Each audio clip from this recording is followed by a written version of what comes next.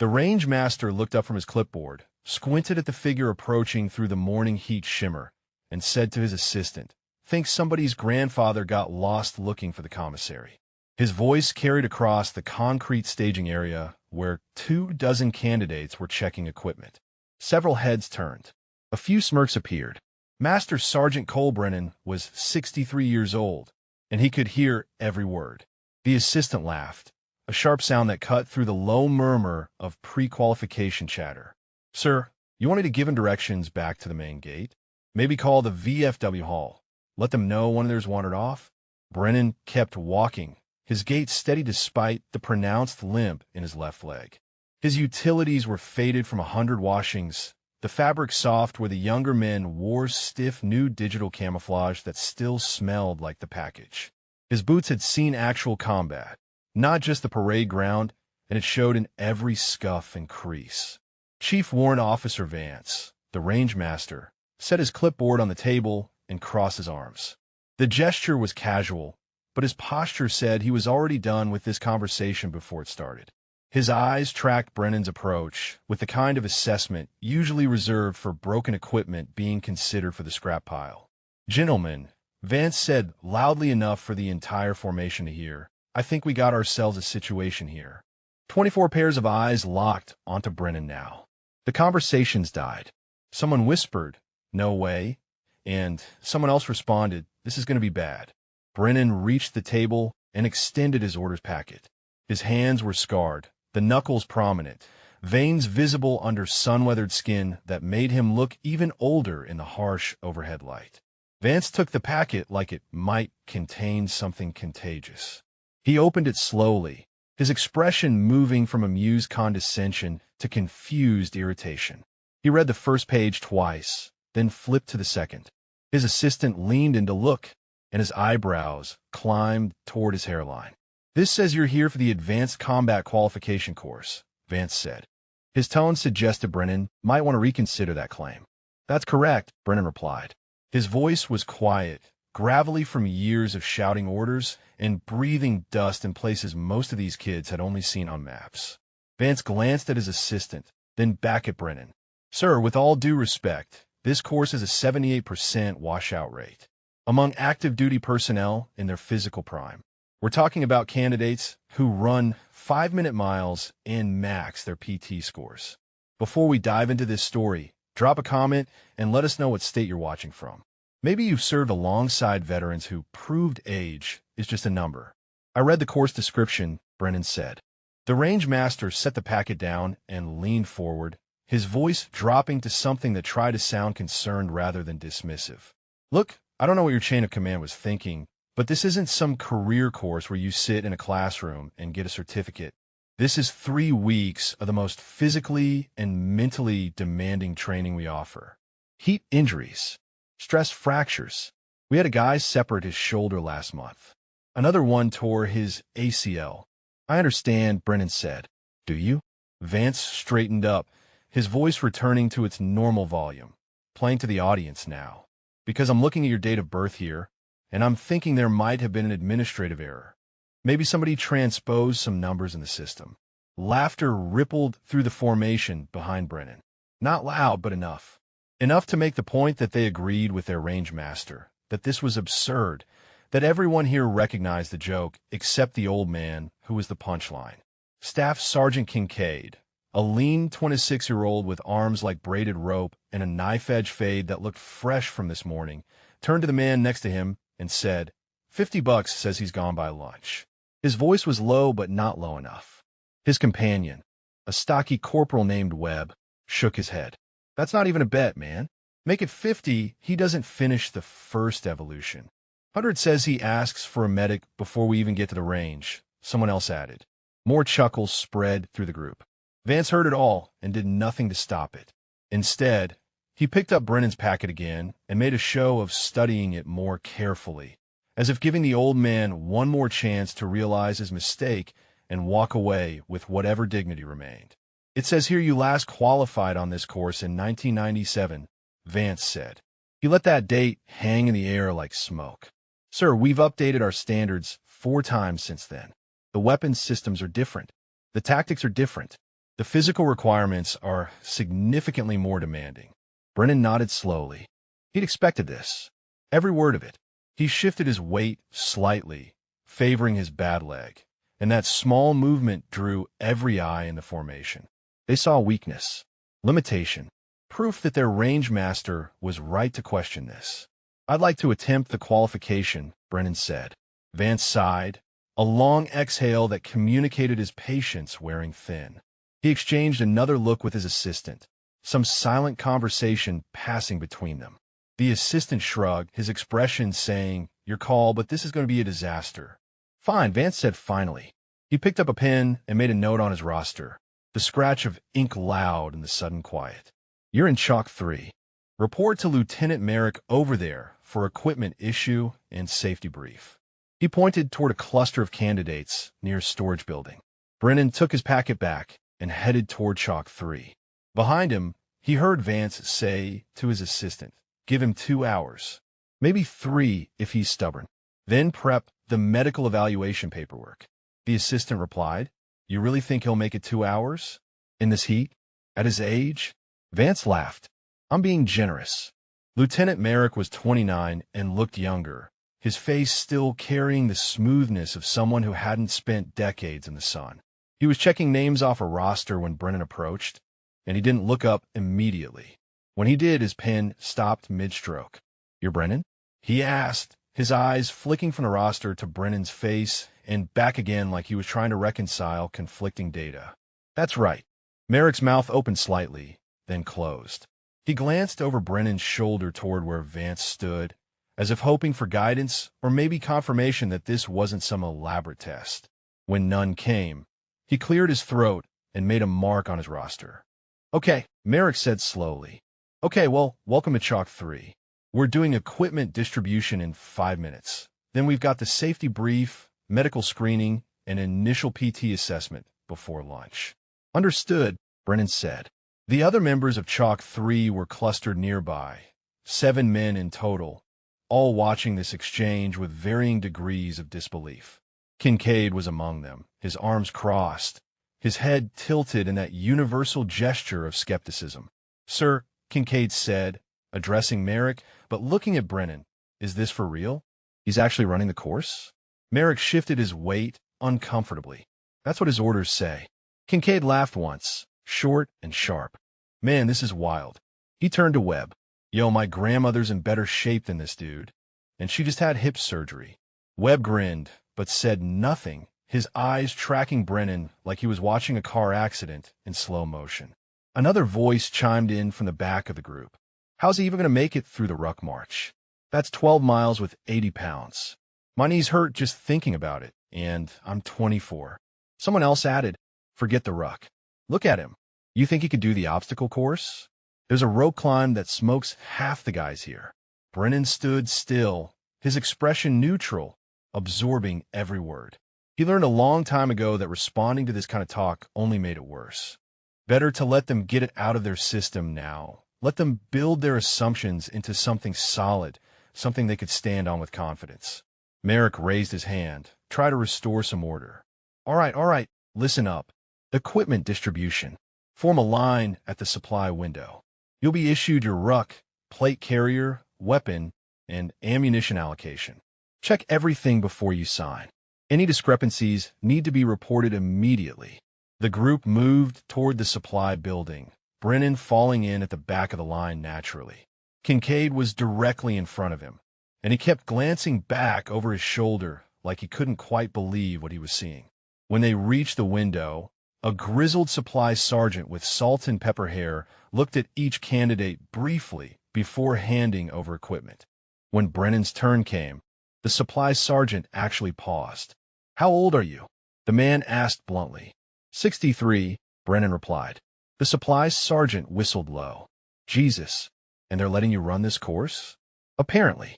The man shook his head slowly but pulled out a ruck, plate carrier, and rifle case.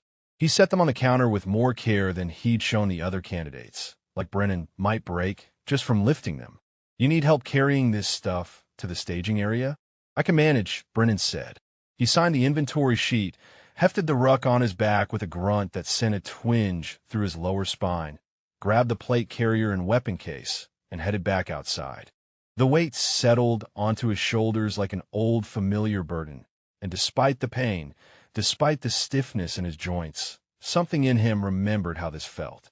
The equipment had changed, gotten lighter and more sophisticated, but the fundamental reality of carrying your life on your back remained constant. By the time he reached the staging area, sweat was already darkening his uniform at the collar and under his arms. The younger men had barely broken a sweat, and they noticed. Kincaid nudged Webb and pointed at Brennan with his chin. "Check it out. Man's already gassed, and we haven't even started." Webb pulled out his phone and glanced at the time. 11:47. He held it up to show Kincaid. "You said by lunch, right? That's 13 minutes away. I might actually win this bet." Nah, Kincaid said, waving him off. "Lunch means after we eat. I got time." Merrick called the formation together for the safety brief, a standard recitation of range rules, heat injury prevention, and emergency procedures. Brennan listened with half his attention while using the other half to observe his fellow candidates. They were good. He could see that. Fit, confident, well-trained in modern techniques. They carried themselves with the easy assurance of people who knew they belonged here, who'd never seriously questioned their capability. He'd been like that once a lifetime ago. The safety brief ended and Merrick checked his watch. "Medical screening is next.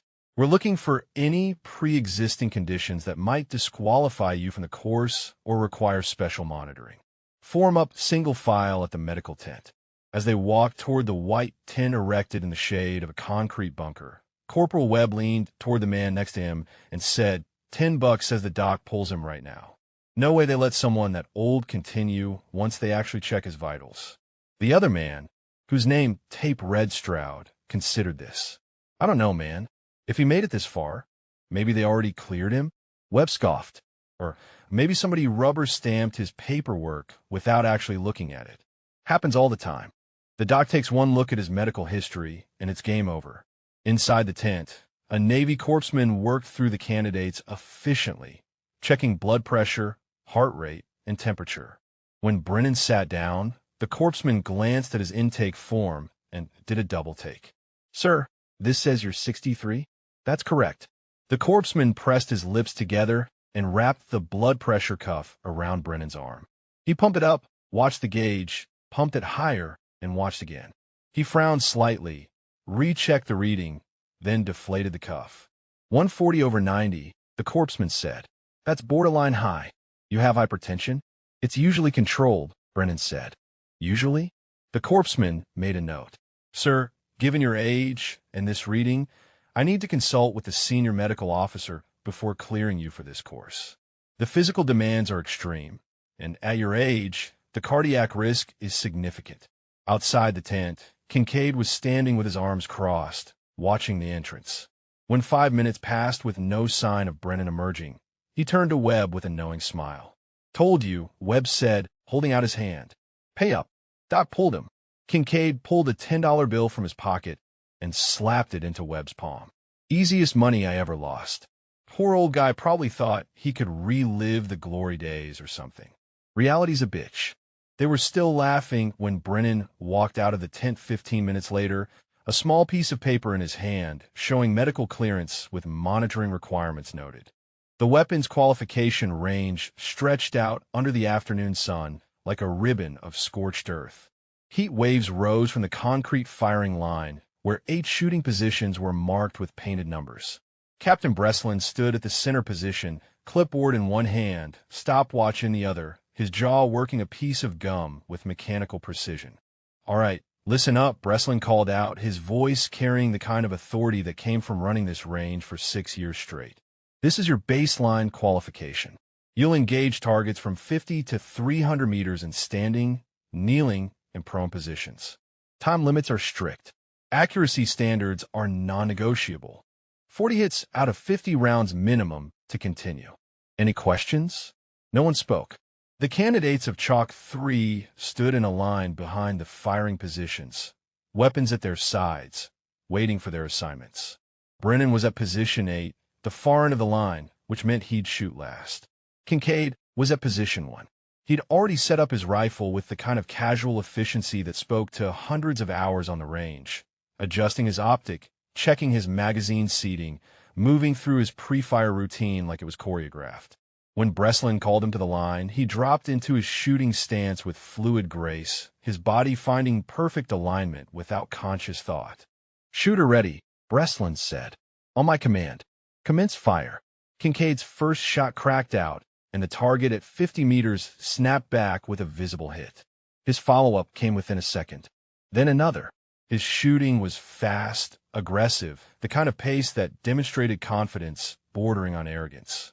By the time Breslin called time, Kincaid had engaged all 10 targets across all 5 distances, and when the range safety officer checked the results, he called out 47 hits. Breslin made a note. "Good shooting." Next, Webb stepped up to position 2 and delivered a similarly impressive performance. 44 hits. Stroud followed with 46. One after another, the younger candidates demonstrated exactly why they'd been selected for this course. Their shooting technically proficient and brutally fast. Brennan watched each one, noting their techniques. They all shot modern tactical style, aggressive stance, rapid transitions, trusting their optics and their speed. It worked for them. They were good. "Position 8, Breslin called. "Brennan, you're up."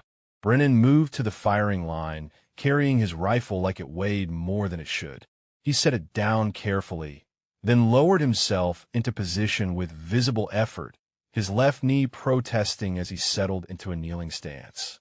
Several of the candidates who'd already shot were sitting in the shade behind the firing line, and he heard someone say, "This is going to take forever." Brennan's hands moved over the rifle, checking chamber, checking magazine, adjusting the stock. His movements were deliberate, methodical, each action taking twice as long as the younger shooters had needed. When he finally brought the rifle up to his shoulder, his position looked wrong to modern eyes. His stance was wider, his grip further back on the handguard, his cheek well different from what they taught now. Kincaid leaned over to Webb and whispered, "Look at that setup. That's like Vietnam-era shit. Nobody shoots like that anymore. Watch him miss the first 5 shots," Webb whispered back. Breslin seemed to notice the unorthodox position, too. He stepped closer, his expression concerned rather than critical. "Sir, do you need a moment to adjust your stance? We can run through proper positioning if you're not familiar with the current standards." "I'm ready," Brennan said. Breslin hesitated, clearly wanting to say more, but protocol was protocol. He stepped back to his observation position. "Shooter ready. On my command. Commence fire." Brennan's first shot took 3 full seconds to break. The delay was so long that Breslin actually glanced at his stopwatch, wondering if there was a malfunction. When the rifle finally cracked, the 50-meter target snapped back with a center hit. Then nothing. 5 more seconds passed. The candidates watching shifted restlessly. Someone muttered, "Come on, man. We're burning daylight here." Brennan's second shot broke. Another hit. Then another 5-second pause before his third. His pace was agonizingly slow by their standards, each shot a separate, deliberate action rather than part of a fluid sequence. By the time he transitioned to the 100-meter targets, nearly 20 seconds had elapsed, and he'd only taken 4 shots. "He's going to run out of time," Stroud said, checking his own watch. "No way he finishes at this pace." The other candidates nodded in agreement. Simple math. 50 rounds in the allotted time meant maintaining a specific pace, and Brennan was nowhere close. More than that, his position kept shifting between shots, his body making small adjustments that modern shooters have been trained out of. It looked uncertain, hesitant, like he was searching for something he couldn't find. Breslin watched with growing concern, his stopwatch running, his expression suggesting he was already preparing to deliver bad news as gently as possible. When Brennan finally transitioned to prone for the longer distances, he moved so slowly that 2 candidates in the shade actually stood up to see if he needed medical assistance. 30 seconds, Breslin called out, giving the time warning. Brennan had fired maybe 25 rounds. The remaining targets at 200 and 300 meters still stood untouched, and there was no mathematical way to engage them all in the remaining time. Not at his current pace. The outcome seemed inevitable. Kincaid turned to Webb with raised eyebrows. Doesn't even finish the course. That's somehow worse than I expected. But something changed. Brennan's breathing settled into a rhythm. His position locked solid, and his next shot broke cleanly. Then another. The pace suddenly doubled. His hands moved faster now, his bolt manipulation smooth, each shot flowing into the next with increasing speed. The 200-meter targets began dropping one after another, and the 300-meter targets followed. Breslin's eyes widened slightly.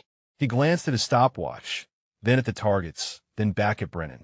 The pace had transformed completely, like watching someone shift gears in a vehicle. The same shooter suddenly operating at an entirely different level. Time, Breslin called. Brennan cleared his weapon and stood slowly, favoring his left leg again as he stepped back from the line. His breathing was heavier now, sweat darkening his uniform across his shoulders and back. The range safety officer walked downrange to check targets while everyone waited in silence. When he returned, he handed Breslin the scorecard.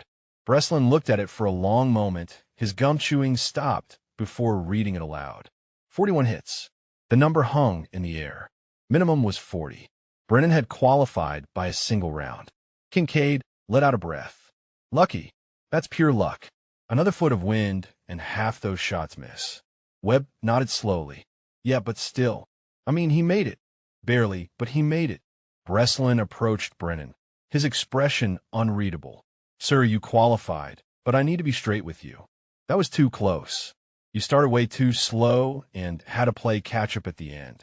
That's not sustainable for this course. The stress shoots only get harder from here. Understood, Brennan said. Breslin studied him for another moment, seeming to weigh whether to say more, then simply nodded and moved on to prep the next evolution. But as he walked away, he made a note on his clipboard that he underlined twice, and when Merrick came over to check progress, Breslin pulled him aside for a conversation that involved multiple glances back at Position 8. In the shade, the candidates of Chalk 3 were already moving past the qualification results, their attention shifting to the next challenge. Kincaid stretched his arms overhead and said, "Obstacle course is next, right?" "Yeah," Webb confirmed. "That's going to be the real test. Shooting you can fake with luck. Can't fake your way up a 15-foot rope." The group laughed, the tension of the qualification bleeding away into the casual confidence of people who knew what came next would separate the capable from the barely adequate. They'd all run obstacle courses before. They knew what it took. Brennan sat alone at the far end of the shade, drinking from his canteen in small measured sips, his hands still steady despite the shooting, his eyes on the obstacle course visible in the distance where wooden structures and rope climbs waited under the merciless sun. The obstacle course sprawled across 2 acres of clear ground like a medieval torture device designed by engineers. Rope climbs, wall traverses, cargo nets, monkey bars, tunnel crawls, and a final sprint through tire obstacles that had broken ankles and shattered confidence in equal measure. The course record was 4 minutes and 12 seconds, set by a Ranger Battalion candidate 3 years ago, whose photo still hung in the course operations building. Lieutenant Merrick stood at the starting line with his stopwatch and a roster that listed the order of runs. Chalk 3 would go in sequence, one candidate at a time, with 2-minute rest intervals between runs. The sun had reached its afternoon peak, turning the exposed obstacles into brands that would burn exposed skin on contact. Kincaid was up first again, and he approached the starting line like a sprinter approaching blocks, his body coiled and ready. When Merrick called time, he exploded forward with the kind of speed that made the course look easy. He hit the first rope climb and ascended in smooth hand-over-hand pulls that demonstrated upper body strength most men never developed. At the top, he slapped the crossbar and descended in a controlled fall that was more rappel than climb. For minutes 38 seconds, Merrick called out when Kincaid crossed the finish line, barely winded. Webb went next and posted 4 minutes 52. Stroud managed 5 minutes 14. One after another, the younger candidates attacked the course with aggressive speed and raw athleticism, their youth and fitness carrying them through obstacles that would hospitalize ordinary soldiers. Brennan watched each run from the waiting area, studying their techniques. They were fast, powerful, efficient in their movements. But they were also predictable, using the same approaches, the same grips, the same routes through the obstacles that everyone used, because that's how they'd been taught. Position 8, MARSOC called. "Brennan, you're up." Brennan moved to the starting line, and the casual conversations behind him died down. This was the moment everyone had been waiting for, the moment when age and limitation would finally assert themselves in a way that couldn't be explained away by luck or minimum standards.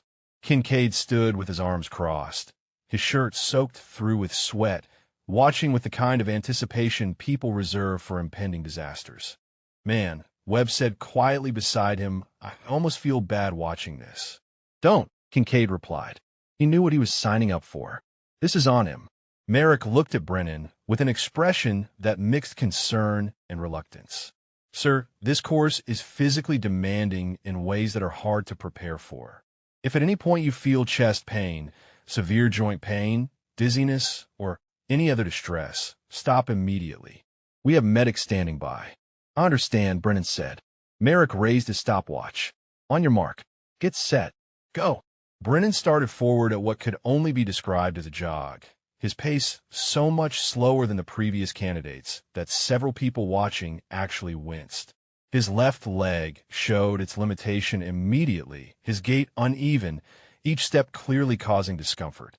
When he reached the first rope climb, he stopped completely and looked up at the 15 feet of braided nylon like it was Everest.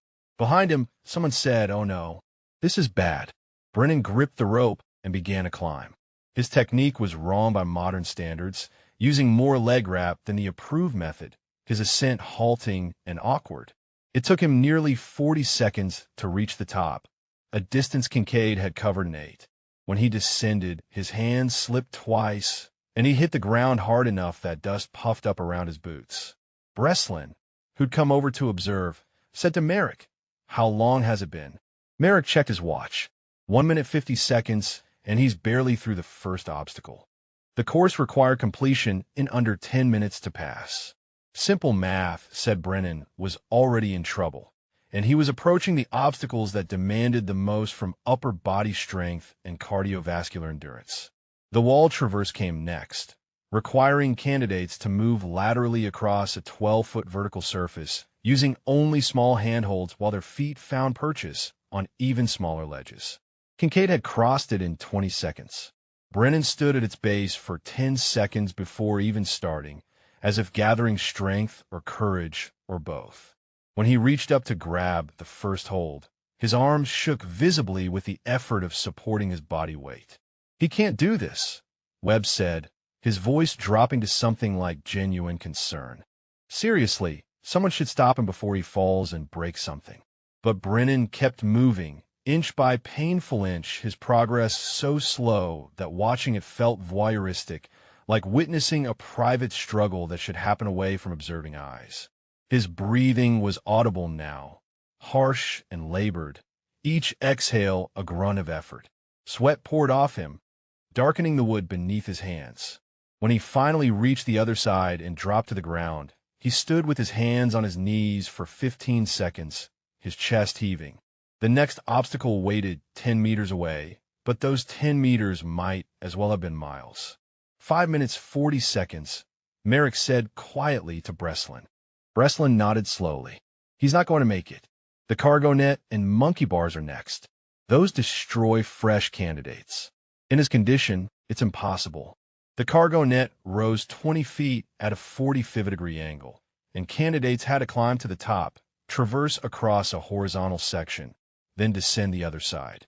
It was a grip strength killer, and several earlier candidates had struggled despite their youth and training. Brennan approached it like a man approaching his own execution. He grabbed the net and started climbing, his movements mechanical, his face set in an expression that suggested he was operating on willpower alone. Halfway up, he stopped. His arms trembled. His left leg, which had been problematic all day, seemed to give up entirely, offering no push as he tried to continue. "He's done," Kincaid said with certainty. "He's gonna have to bail. No shame in it, really." He gave it a shot. For 10 full seconds, Brennan hung there, motionless, The candidates watching grew quiet, that particular silence that precedes either triumph or catastrophe. Even the instructors seemed to be holding their breath, waiting to see if they'd need to call for medical assistance or extraction. Then Brennan moved. Not up, but sideways, his body shifting along the net in a direction no one expected.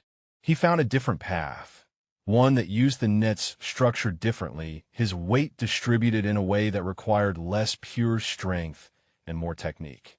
It was slower, unconventional, nothing like what they taught, but it worked. He reached the top, traversed across, and began his descent. 7 minutes, 20 seconds, Merrick said, his tone carrying a hint of surprise. That left 2 minutes, 40 seconds for the monkey bars, tunnel crawl, and tire run. Still impossible by any reasonable standard, especially for a man who looked like he might collapse at any moment. Brennan reached the monkey bars and didn't hesitate. He jumped, caught the first bar, and began swinging. His technique was different again, using momentum rather than pure strength, his body swinging in arcs that carried him forward with less effort than the hand-over-hand method the younger candidates had used. It was faster than his previous obstacles. Though his hands were clearly failing, his grip slipping on nearly every bar. He dropped from the final bar, with 8 bars still to go, landing in the designated zone that meant he'd covered the minimum required distance. Not perfect, but passing. The tunnel crawl was next, a 3-foot corrugated metal tube that stretched 30 feet through the course. Candidates had to low crawl through it in near darkness, the metal radiating heat like an oven. Kincaid had done it in 28 seconds. Brennan entered it and disappeared from view. 30 seconds passed. 40. 50. Someone said, "Is he stuck? Can someone even fit in there to pull him out if he's stuck?" But then Brennan emerged from the other end, his uniform covered in dust and grime, his face flushed red from heat and exertion. He stood slowly, swayed slightly, then started toward the final obstacle, the tire run. 9 minutes 30 seconds, Merrick called out, his voice tight. 30 seconds remained. The tire run was 40 meters of high-stepping through tires laid out in a pattern designed to destroy rhythm and balance. Candidates who tried to go too fast inevitably caught a foot and face-planted. Candidates who went too slow ran out of time. Brennan entered the tires at what could barely be called a run, more like a fast shuffle, his feet finding the spaces between tires with surprising accuracy. His breathing was ragged, his movements desperate, but he kept going, kept driving forward through sheer determination. 10, 9, 8. Several candidates started counting down. Brennan was 5 meters from the finish line. Then 3. Then 1. 3, 2, 1. The count reached 0. Brennan crossed the finish line at 10 minutes and 4 seconds. Merrick clicked his stopwatch. Failed. You exceeded the time limit by 4 seconds. The tactical decision-making course took place in a climate-controlled building that had been designed to simulate every environment from urban sprawl to desert compounds. Computer screens lined the walls, projecting scenarios that required split-second assessment and command decisions. It was the thinking part of the course where raw physical ability meant nothing and tactical acumen meant everything. Captain Breslin stood at the front of the room with a laser pointer and the kind of expression that suggested he'd seen 1,000 candidates try and fail at this particular challenge. The scenarios you'll face are drawn from actual combat situations, he said. You'll have 30 seconds to assess the tactical situation, identify threats, determine rules of engagement, and issue orders. Your decisions will be evaluated on effectiveness, adherence to doctrine, and civilian casualty considerations. The candidates of Chalk 3 sat in a semicircle facing the main screen, tablets in their laps for recording their decisions. This was the kind of evolution that favored the younger soldiers, the ones fresh from advanced schools where current doctrine was drilled into muscle memory, where the latest tactical theory was discussed and debated until it became instinctive. Kincaid sat forward in his chair, eager. He'd scored expert on this exact type of exercise twice before. Webb looked confident. Stroud was making notes before the scenarios even began. They knew the doctrine. They knew the approved responses. They knew what the evaluators wanted to hear. Brennan sat at the end of the row, his tablet balanced on his knee, his posture suggesting exhaustion that went beyond the physical. The obstacle course failure was still fresh, still visible in the way he moved with careful deliberation, like someone afraid of discovering new pains. First scenario, Breslin said, clicking his remote. The screen displayed an urban intersection with multiple buildings, civilians visible in windows, two possible hostile positions marked with red indicators, and a friendly patrol element marked in blue advancing from the south. The clock started counting down from 30 seconds. Kincaid's hands flew across his tablet, inputting commands with practice speed. Establish overwatch position. Suppress hostile positions with coordinated fire. Advance patrol element under covering fire. Secure intersection. Request quick reaction force. His response was textbook, exactly what current doctrine prescribed for the scenario. Time, Breslin called. One by one, the candidates read their responses aloud. They were remarkably similar, variations on the same tactical theme, all pulling from the same doctrinal playbook. When it came to Brennan's turn, there was a slight pause, as if everyone expected him to either have no answer or one that revealed how outdated his training had become. Brennan looked at his tablet, then at the screen. Pull the patrol element back 30 meters. Those red indicators are positioned to draw fire into a kill zone. The building on the northwest corner has blast patterns scoring on the facade. That's a prepared ambush position. I'd redirect to alternate route via the eastern parallel street. The room went quiet. Breslin's laser pointer stopped moving. He studied the scenario image more carefully, zoomed in on the northwest building, and something in his expression shifted. That's not current doctrine, Breslin said carefully. No, sir, Brennan replied. But current doctrine assumes a reactive enemy. This scenario shows planning and preparation. The optimal doctrinal response is exactly what they want us to do. Kincaid turned in his seat slightly. With respect, that's overthinking it. Sometimes the right answer is the straightforward answer. You suppress the threat and advance. That's what we're trained to do. Until you walk into an IED that's positioned exactly where they knew you'd go, Brennan said quietly. Breslin clicked to the next scenario without commenting on Brennan's answer, but he made a note on his evaluation sheet that was longer than the notes he'd made for the other candidates. The second scenario appeared, this time a rural compound with suspected hostile activity, limited intelligence, and civilian presence uncertain. Again, the 30-second clock started. Again, the younger candidates input their responses with confidence, their answers drawn from the playbook they'd memorized. Establish cordon. Deploy reconnaissance element. Request aerial surveillance. Coordinate with local forces if available. Standard compound clearing protocol, Kincaid said when his turn came. The other candidates offered similar responses, all technically correct, all doctrinally sound. Brennan studied the screen longer this time, his eyes tracking details others seemed to miss. The compound has 3 structures with clear sight lines to all approaches. Single entrance point, high walls, livestock visible in the courtyard, but no people. Not even inside the structures based on thermal indicators shown. Breslin hadn't mentioned thermal indicators. They were there in the image if you knew how to read the overlay symbols, but most candidates focused on the obvious tactical elements. That's an abandoned position, Brennan continued. Possibly a decoy or a trap. I wouldn't commit forces to clear it. I'd maintain observation from standoff distance and look for where the actual activity relocated to. They know we're coming, and this is too obvious. Again, the room fell quiet. Webb glanced at Stroud with raised eyebrows. Stroud shrugged slightly, his expression uncertain. That's a lot of assumption based on limited intelligence, Breslin said. Yes, sir, Brennan agreed.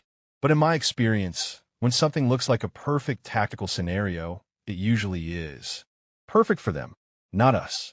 Your experience, Kincaid said, and there was an edge to his voice now, is from conflicts that were fought differently.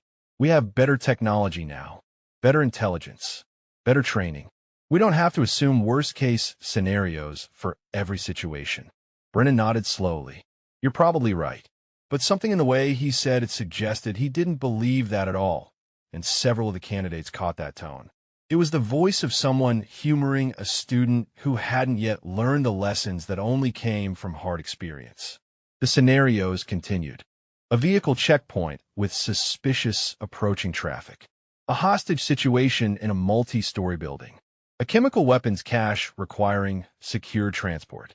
Each time, the younger candidates provided responses that aligned with current doctrine, technically proficient and theoretically sound. And each time, Brennan identified some detail they'd missed, some assumption they'd made, some element of the scenario that suggested the situation was more complex than it appeared. His responses weren't wrong exactly, but they weren't what the course was designed to reward. They were cautious where doctrine called for aggressive action. They were suspicious where doctrine assumed straightforward threat identification.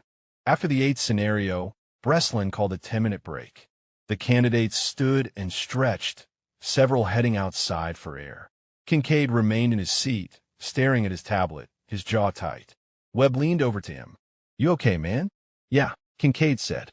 "I just don't get how he keeps finding problems that aren't there. Like, we're taught these responses for a reason. They work. Maybe they work because everyone uses them," Stroud offered. "So enemies haven't adapted yet." Kincaid shook his head. "Or maybe he's just paranoid because he comes from an era where everything was more dangerous and less controlled. We have better systems now." Outside, Breslin found Merrick reviewing the evaluation sheets. Merrick glanced up as Breslin approached. "How's the tactical scenarios going?" Breslin handed him the evaluation sheets. "Interesting. The young guys are all scoring high on doctrinal adherence. Textbook responses across the board. And Brennan?" Breslin tapped the sheet with Brennan's responses. "He's identifying legitimate tactical concerns that the scenarios were designed to include, but that most candidates never notice. He's seeing things that shouldn't be visible to someone who hasn't been briefed on the scenario design." Merrick read through Brennan's responses, his expression thoughtful. "These are good observations. Why isn't he scoring higher?" "Because they're not the approved responses," Breslin said. "Doctrine says suppress and advance. He says withdraw and reassess. Doctrine says clear the compound. He says it's a trap. He might be right, but right isn't the same as correct in a training environment." Merrick looked up from the sheets. "You think we should adjust his scores?" Breslin was quiet for a moment, watching through the window as Brennan stood alone near the building's entrance, drinking water in small sips, his shoulders slumped with fatigue. "I think," Breslin said slowly, "that he's been in situations we've only simulated. And I think that's both his greatest asset and his biggest liability in a course designed to test doctrinal knowledge rather than combat wisdom. So what do we score him?" Breslin took the sheets back. "By the book, he's marginal. His responses don't align with what we're teaching. But if I was going into combat, I want to hear his assessment before making a decision." "That doesn't answer the question," Merrick said. "No," Breslin agreed. "It doesn't." The high-stress shooting scenarios began at dawn on day 4, when the heat hadn't yet turned the range into a furnace, but the humidity already made every breath feel like drowning. This wasn't the controlled baseline qualification from day 1. This was shooting under pressure, shooting while physically exhausted, shooting while instructors screamed contradictory commands and pyrotechnics detonated close enough to feel the concussion in your chest. Chief Warrant Officer Vance stood at the range control tower with a microphone and a reputation for breaking candidates who looked solid on paper but cracked under real pressure. "Gentlemen," he said, his voice crackling through the speakers mounted on poles every 20 meters, "this evolution separates those who can shoot from those who can fight. You'll engage targets while navigating obstacles, responding to changing threat priorities, and maintaining situational awareness under stress conditions. 40 targets. 75% hit rate minimum. Time limit 8 minutes. The course itself looked like a combat zone designed by someone with a cruel imagination. Barricades, walls, tunnels, and shooting positions scattered across 200 meters of terrain studded with pop-up targets that appeared for 3-second windows before disappearing. Miss the window, miss the shot. Hesitate, fail. Kincaid went first, as always, and he attacked the course with the same aggressive confidence he'd shown all week. His movement was fast, his transitions sharp, his shooting rapid and accurate. When targets appeared, he engaged immediately, trusting his reflexes and his training. Pyrotechnics detonated near his positions. Smoke grenades created visual obstacles, and speakers blared simulated gunfire and screaming, but he pushed through it all with the kind of intensity that came from knowing he was good at this. 6 minutes 42 seconds, Vance called out when Kincaid crossed the finish line. 34 hits. That's 85%. Outstanding performance. Kincaid pulled off his hearing protection and grinned, his chest heaving, but his confidence intact. He'd proven again why he belonged here, why age and experience mattered less than youth and aggression in modern combat. Webb posted similar numbers. 33 hits in 7 minutes 8 seconds. Stroud managed 31 hits, just above the minimum requirement. One after another, the candidates of Chalk 3 demonstrated that they could maintain accuracy under pressure, that stress and chaos didn't break their fundamentals. Then it was Brennan's turn. He approached the starting line moving like someone who'd aged another decade since the obstacle course. His left leg dragged slightly now, the limp more pronounced.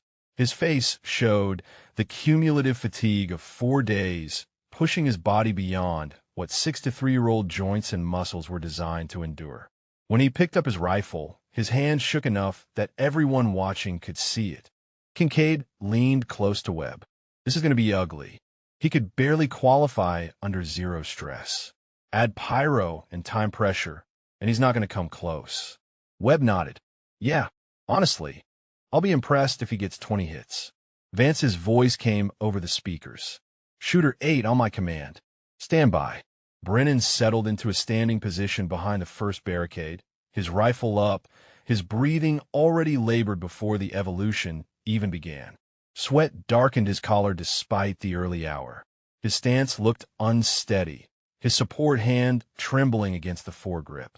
Execute, Vance commanded. The first target snapped up at 50 meters. Brennan's shot took 2 full seconds to break, an eternity in tactical shooting.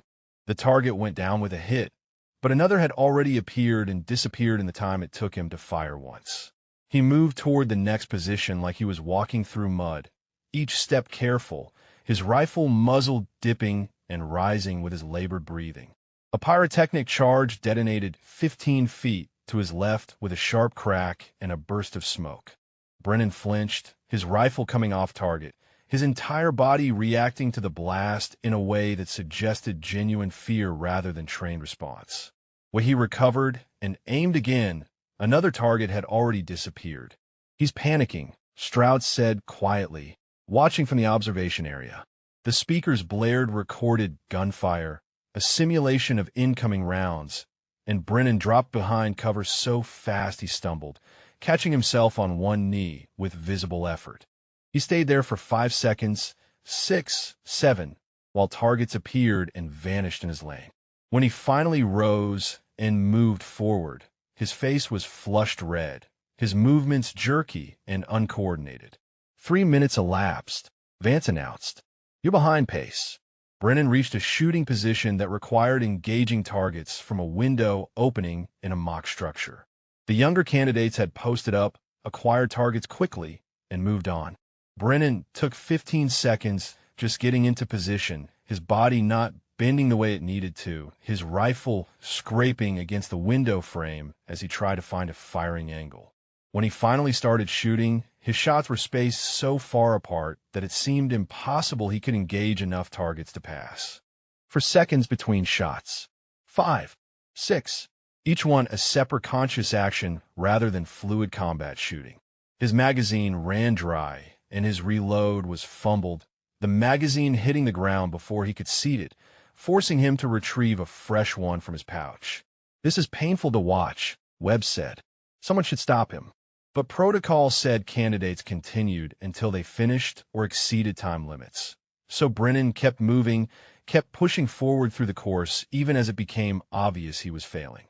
Another pyrotechnic blast went off, closer this time, and he hit the ground flat, staying down for 10 full seconds like he was waiting for follow-up explosions. When he rose, Dirt covered the front of his uniform and his rifle. His face showed something beyond fatigue now, something that looked like genuine distress. His hands shook worse than before as he tried to clear dust from his optic. The speakers screamed simulated casualty calls, someone yelling for a medic over and over, and Brennan's head turned toward the sound like he'd forgotten it was a recording. 5 minutes, Vance called. 3 minutes remaining. Brennan had maybe engaged 15 targets. 25 remained to reach the minimum 30 hits. The math was impossible.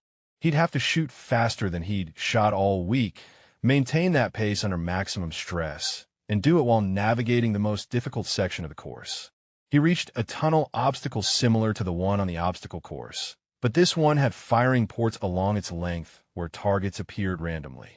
Candidates were supposed to low crawl through while engaging targets through the ports, a task that required maintaining weapon control while moving in confined space. Kincaid had done it in 40 seconds with 6 target engagements.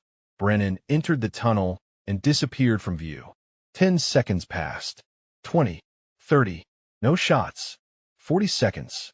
50, still no shots. A full minute elapsed with no sound from inside the tunnel. Is he stuck? Someone asked. Or quit, another voice suggested. Maybe he's just laying in there knowing he can't finish. Then a single shot echoed from inside the tunnel. Then another. The rhythm was slow, each shot separated by long pauses, but they kept coming. 3, 4, 5, 6, 7 shots from inside the tunnel, which was 3 more than anyone expected. Brennan emerged from the far end filthy with dust, his uniform torn at one shoulder, moving with the gait of someone who'd been injured. He had one final shooting position remaining, a barricade at the end of the course where the last cluster of targets would appear. 7 minutes 30 seconds, Vance announced. 30 seconds remaining. Brennan moved toward the final position, not at a run, but at something between a shuffle and a stumble. He reached the barricade and posted up with 10 seconds showing on the timer. The final targets would appear in rapid succession, 5 of them, requiring fast acquisition and accurate fire. The clock hit 8 minutes. Time expired. Brennan fired anyway. 1 shot, 2, 3, 4, 5, all after the time limit, all irrelevant to his official score. Cease fire, Vance commanded. Shooter 8, cease fire. Brennan lowered his rifle slowly and stood there behind the barricade with his head down, his shoulders rising and falling with deep breaths. He looked like a man who'd just discovered the limits of will and determination, and found them far shorter than he'd hoped. The range safety officer went downrange to check targets while Brennan walked back to the observation area. He moved like every step caused pain, and probably it did. When he reached the shade where the other candidates waited, no one spoke to him. What was there to say? Vance's voice crackled over the speakers. Shooter 8 results. 19 hits. Time exceeded. Evolution failed. Kincaid let out a long breath. Man 19. That's not even close to minimum. 11 short. Webb confirmed. And he went over time. That's a double fail. Brennan sat heavily on a bench at the edge of the observation area, his rifle across his lap, his head tilted back like he was too tired to hold it upright. His hands still trembled, and whether that was from exertion or stress or both, no one could tell. Breslin approached with his evaluation clipboard. Sir, I need to inform you that you've now failed 2 mandatory evolutions. Course policy requires minimum performance standards to continue. You're currently below those standards. I understand, Brennan said without opening his eyes. You have the right to request remediation training, but given the performance gaps we've observed, the likelihood of successful course completion is minimal. I can process voluntary withdrawal paperwork that won't reflect negatively on your record. Brennan opened his eyes and looked at Breslin directly. I'd like to continue, sir. Breslin studied him for a long moment. May I ask why? With respect, this course is clearly beyond your current physical capabilities. There's no shame in recognizing that. Because I said I'd complete it, Brennan replied simply. That's not a good enough reason to destroy your body, Breslin said, but his tone had softened slightly. Think about it overnight. We'll discuss in the morning. He walked away, leaving Brennan sitting alone while the other candidates prepared for the afternoon evolution, their confidence intact, their belief in their own superiority reinforced by everything they'd witnessed. Night operations training began at 2100 hours when darkness had settled completely over the range complex, and the only light came from scattered floodlights illuminating the staging area. The candidates of Chalk 3 stood in formation while Lieutenant Merrick distributed night vision goggles, the AMPVS-14 monoculars that represented the latest in low-light technology. These are fourth-generation devices, Merrick explained, holding one up. Auto-gating, high resolution, significantly improved performance over previous models. You'll be engaging targets from 50 to 200 meters in total darkness using only these optics. This tests your ability to operate effectively in denied light environments. Kincaid accepted his device and immediately began adjusting it, mounting it to his helmet rail with practiced efficiency. He trained with nods extensively, knew how to manage the limited depth perception, understood how to use the technology as a force multiplier. Around him, the other younger candidates performed similar adjustments, their familiarity with the equipment obvious in their confident handling. Brennan took his night vision device and turned it over in his hands slowly, studying it like an artifact from an alien civilization. The mounting system was different from anything he'd used before. The controls were digital rather than analog. The entire interface had evolved beyond his outdated experience. "You know how to mount that, sir?" Merrick asked, his tone suggesting he already knew the answer.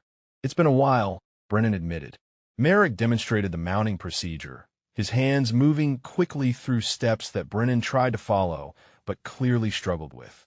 When Brennan finally got the device mounted to his helmet, it sat at the wrong angle, the eye relief incorrect, the whole assembly loose enough that it would shift with any significant movement. Kincaid watched this process and leaned toward Webb. He doesn't even know how to use nods. How'd he think he was in a past night ops? Webb shook his head. "This is bad. Night shooting is hard enough when you know what you're doing. If you're learning the equipment while trying to qualify, you're done." The night course was similar in structure to the stress shooting evolution, but compressed into half the distance. 20 targets spread across 100 meters of terrain, appearing for 5-second windows, requiring candidates to navigate in complete darkness using only their night vision.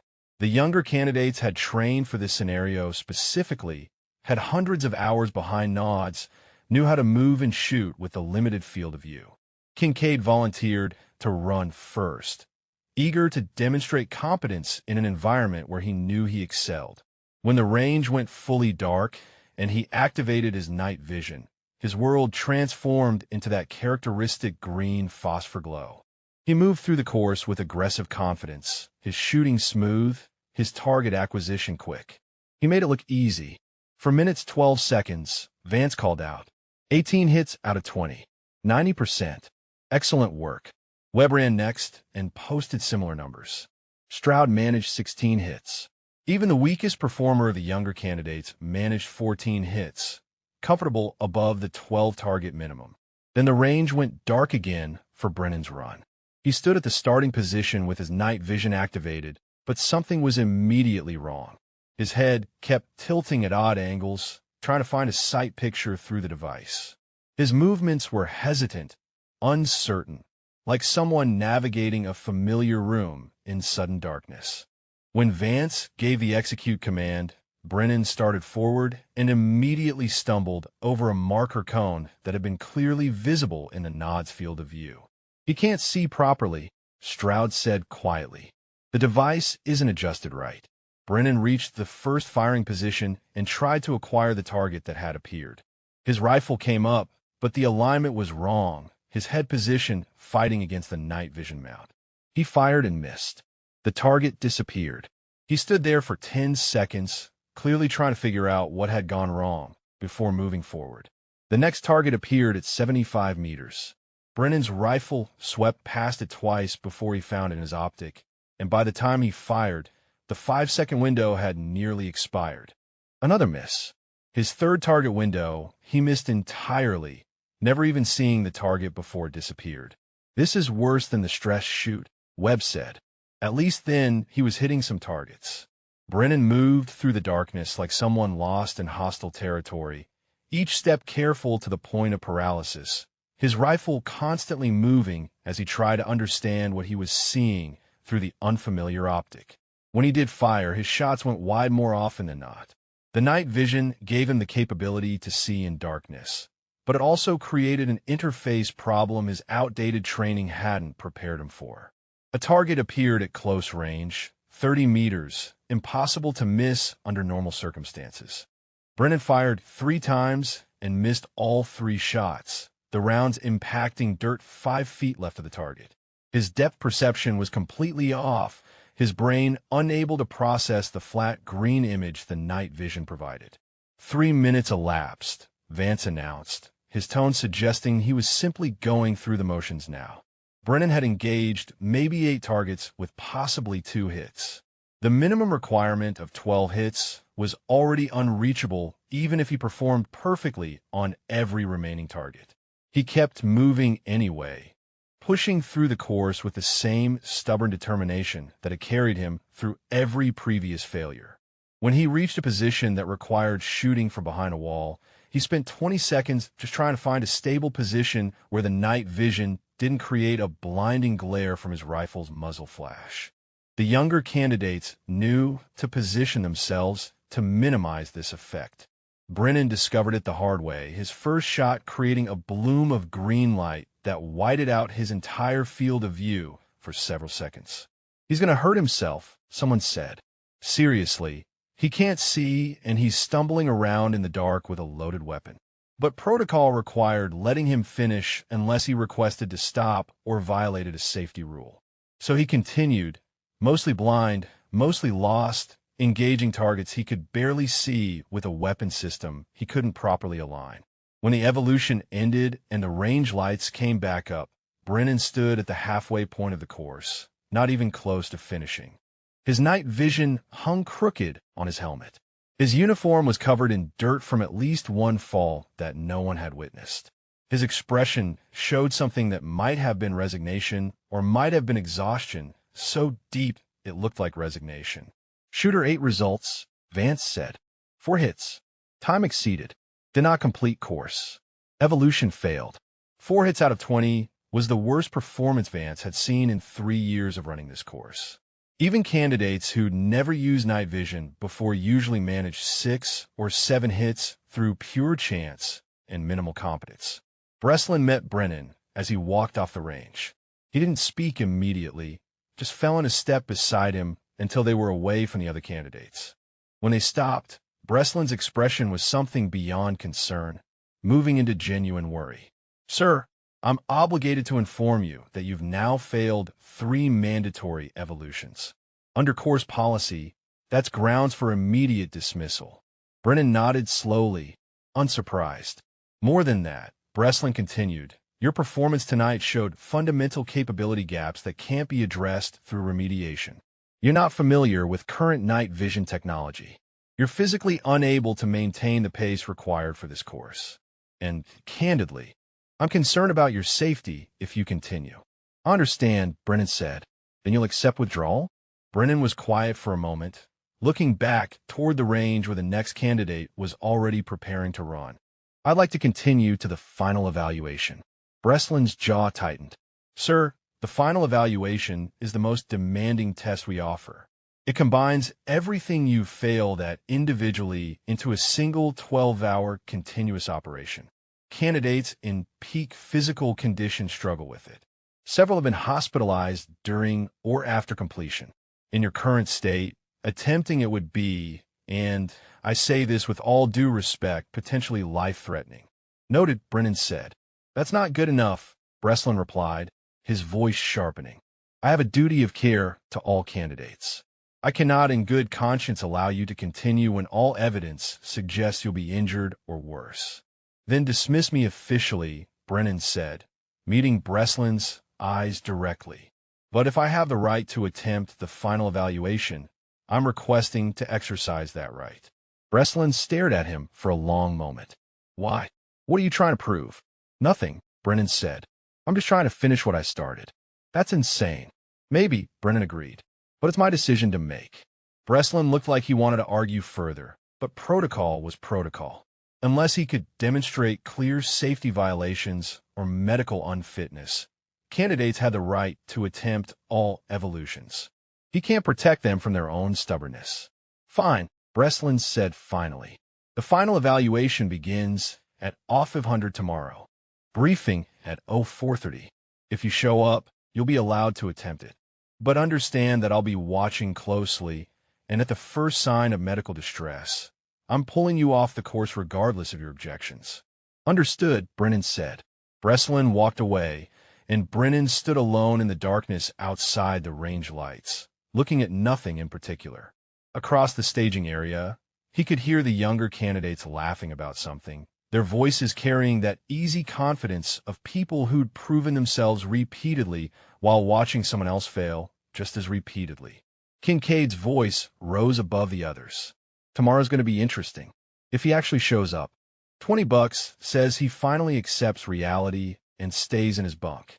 Webb's response was quieter, but still audible. I'll take that bet. He's shown up for everything else. Stubborn doesn't quit just because it should. Their laughter followed. Not cruel exactly, but not kind either. Just the sound of people acknowledging a situation everyone understood, a conclusion everyone had already reached. Tomorrow would either bring Brennan's withdrawal or his final definitive failure. Those were the only two possibilities anyone could imagine. The briefing room at 0430 was cold, the air conditioning fighting against the humidity that would arrive with sunrise. Chief Warrant Officer Vance stood at the front beside a large topographical map marked with colored pins and route overlays. Behind him, Captain Breslin and Lieutenant Merrick sat at a table with evaluation folders and medical emergency protocols clearly visible. The final evaluation is 12 hours of continuous operations. Vance began, his voice carrying none of its usual mockery. You'll navigate 15 kilometers of varied terrain while engaging targets of opportunity, conducting tactical decision scenarios under time pressure, and responding to simulated combat situations. You'll carry full combat load, approximately 90 pounds. There are no scheduled breaks. Water and rations will be consumed on the move. Medical personnel will shadow at distance, but extraction for anything less than life-threatening injury means automatic course failure. The candidates of Chalk 3 sat in the front row, their faces showing the kind of nervous focus that preceded genuine challenges. Even Kincaid looked serious now, his usual confidence tempered by knowledge of what was coming. Webb sat with his arms crossed, his leg bouncing with anxious energy. Stroud was taking notes despite having the briefing packet open in front of him. Brennan sat at the end of the row as always, and he looked worse than he had at any point during the week.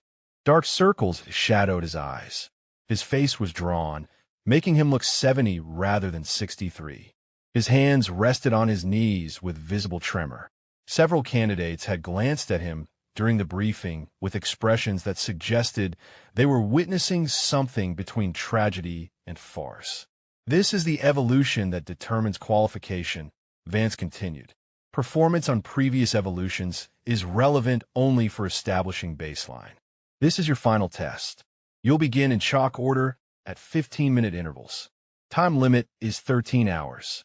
The course record is 8 hours 43 minutes. Average completion time is 11 hours 12 minutes. Approximately 30% of candidates who start this evolution do not finish. He paused, letting that number settle. Medical considerations, Breslin said, standing up. Heat casualties are the primary risk. You will drink water at designated checkpoints whether you feel thirsty or not. Signs of heat exhaustion include dizziness, nausea, excessive fatigue, and confusion. If you experience any of these, notify the safety personnel immediately. Heat stroke can kill you before we can get you to medical care. His eyes moved to Brennan when he said this, and the message was clear. Any questions? Vance asked. No one spoke. What questions could possibly address what they were about to face? Kincaid will begin at 500, Vance said. Subsequent candidates at 15-minute intervals. Be at the start point 10 minutes prior to your designated time. Good luck. The candidates filed out toward the equipment staging area where their rucks and weapons waited. Brennan moved with the group, but slower, his limp more pronounced after a night of insufficient sleep and accumulated injuries. When he reached his ruck, he stood looking at it for a long moment before attempting to lift it. The 90 pounds of gear, ammunition, water, and equipment that the younger candidates had hefted onto their backs with grunts of effort became an almost insurmountable obstacle for Brennan. He managed to get it onto a table, then struggled to position himself to take the weight. When he finally got it onto his shoulders, his knees buckled slightly before he caught himself. Kincaid was checking his gear nearby and noticed. He looked away quickly, like he'd witnessed something private and uncomfortable. Webb saw it too, and just shook his head slowly. At 0450, Kincaid moved to the start point, a cleared area at the edge of the range complex where the terrain transitioned from flat concrete to rolling hills covered in scrub. Vance was there with his stopwatch and radio. Medical personnel stood by with a vehicle 50 meters distant, close enough to respond, but far enough to stay out of sight during the evolution. "Kincaid, you're up," Vance said. "On my mark. Execute." Kincaid started forward at a pace that would have been impressive without a ruck, was remarkable with 90 pounds on his back. He moved with purpose, his route already memorized, his confidence intact despite the briefing's warnings. He disappeared into the terrain within 2 minutes. 15 minutes later, Webb started. Then Stroud. One by one, the candidates of Chalk 3 began the final evaluation, each disappearing into the pre-dawn darkness with their own strategies and their own demons to conquer. At 0630, Brennan stood at the start point alone except for Vance, Breslin, Merrick, and the medical team. The sun was rising now, promising another day of brutal heat. Brennan's ruck seemed to be slowly crushing him, his shoulders already sagging under the weight. His breathing labored before even starting. Breslin approached him one final time. "Sir, I'm asking you one last time to reconsider. You don't have to do this." "Yes," Brennan said quietly, "I do." "Why? What's worth destroying yourself for?" Brennan looked at him directly, and something in his expression was different from the fatigue and defeat that had marked his previous failures. "Keeping promises I made a long time ago." "To who?" "To people who can't ask me anymore if I kept them." Breslin opened his mouth, then closed it. Whatever response he'd been planning died, unspoken. He stepped back and nodded to Vance. Vance raised his stopwatch, his expression unreadable. "Brennan, on my mark." He paused, seeming to want to add something, but deciding against it. "Execute."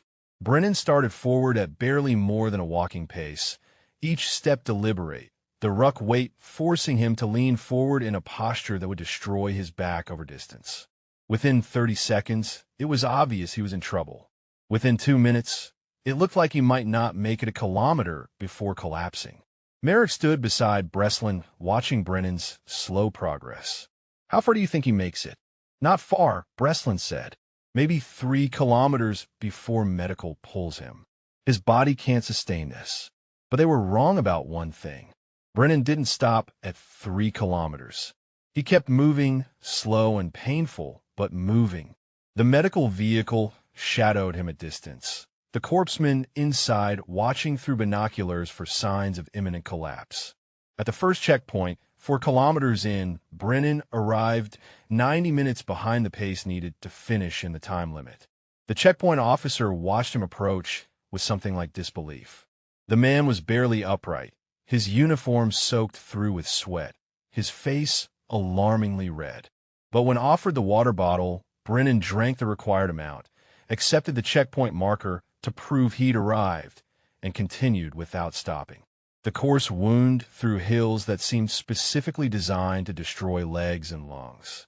Brennan climbed them in a kind of controlled stagger, his poles helping where his legs couldn't. Several times he stopped, bent over with hands on knees, and observers tensed expecting him to call for extraction. But each time, after 30 seconds or a minute, he straightened and continued. At checkpoint 2, 8 kilometers in, he was 3 hours behind pace. The checkpoint officer called it in to course control. "Should we pull him?" The officer asked over the radio. "He's way past any realistic finish time." Breslin, who was monitoring from the command post, considered this. Is he showing medical distress? Negative. Just extreme fatigue. But he's not going to finish. Mathematically impossible at this pace. Breslin looked at the map showing all candidates' positions. Kincaid was already approaching checkpoint 4, moving at record pace. Webb and Stroud were making good time. Brennan's marker sat at checkpoint 2, hours behind everyone else, an outlier that made no tactical sense to allow continuing. Let him go, Breslin said finally. He's earned the right to fail on his own terms. The officer at checkpoint 2 watched Brennan accept his marker and continue into the terrain ahead. The man moved like every step was agony, like willpower alone was keeping him upright, like stubbornness had become a force of nature preventing collapse. Behind him, Breslin made a note in Brennan's file. Not about the failure, which was already documented, but about something else. Something he didn't have words for yet, but felt watching the old man refuse to quit despite every rational reason suggesting he should. Checkpoint 3 sat at the 10-kilometer mark, positioned at the base of the steepest climb on the course, a ridge that rose 200 meters over a half-kilometer distance. Candidates who'd made it this far were already exhausted, their legs burning, their backs screaming from the ruck weight. The ridge broke some of them. Every iteration of this course saw at least one candidate request extraction at this point. Kincaid had reached checkpoint 3 at the 6-hour mark, grabbed his marker, and attacked the ridge with aggressive determination. His legs pumped, his breathing was controlled despite the exertion, and he crested the top in 23 minutes. Webb had followed an hour later with similar success. Stroud took 31 minutes, but made it. When Brennan arrived at checkpoint 3, 11 hours had elapsed since his start time. He'd been moving for 11 hours with only the brief water stops at checkpoints, carrying 90 pounds through terrain that younger men found challenging. The checkpoint officer actually stood when he saw Brennan approaching, concern evident on his face. "Sir, you're aware you've exceeded the time limit by 2 hours?" Brennan nodded, too exhausted to speak. He reached for the water bottle with hands that shook so badly he nearly dropped it. When he drank, some of it spilled down his chin. His face had gone beyond red to a grayish pallor that suggested his body was shutting down non-essential systems to keep core functions operating. "The ridge is next," the officer said. "Sir, it's steep. In your condition, attempting it could result in serious injury. Course control has authorized me to offer extraction with no penalty beyond course failure, which has already occurred based on time." Brennan set down the water bottle and looked up at the ridge. From ground level, it looked impossible. The trail wound back and forth in switchbacks, but even with that engineering, the grade was brutal. His legs were already trembling from the 10 kilometers he'd covered. Adding this climb seemed less like a challenge and more like a guaranteed medical emergency. "I'm continuing," Brennan said, his voice rough. The officer picked up his radio. "Course control, checkpoint 3. Candidate 8 is continuing to the ridge despite time failure. Requesting guidance on medical intervention threshold." Breslin's voice came back through the speaker. "What's his current condition?" "Extreme fatigue. Visible tremors. Possible early heat exhaustion. But he's conscious and refusing extraction." There was a pause, static crackling. "Stand by at checkpoint in case he needs emergency extraction on the ridge. If he goes down, we need rapid response capability." "Copy that." Brennan adjusted his ruck, though there was no comfortable way to carry it anymore, and started toward the ridge. His first steps were so unsteady that the checkpoint officer moved forward, ready to catch him if he fell. But Brennan caught himself, found some reserve of balance, and continued. The climb was worse than anything he'd experienced yet. His legs had nothing left to give. His lungs burned with each breath. The ruck weight that had been merely heavy at the start now felt like it was grinding his spine into fragments. He moved in switchbacks, taking each step as its own isolated challenge.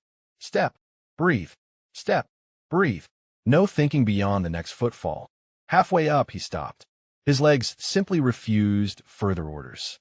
He stood there swaying, his poles planted to keep him upright, his body having reached some absolute limit beyond which movement was impossible. From checkpoint 3 below, The officer watched through binoculars, his radio ready to call for immediate extraction. "He's done," the officer said into the radio. He stopped moving, standing still about halfway up. Medical vehicle was already moving closer, the corpsman inside preparing equipment for a possible urgent evacuation. Breslin monitored from the command post, his jaw tight, watching the situation develop. He'd seen this before, watched candidates push past rational limits and collapse, sometimes with serious consequences. But then Brennan moved.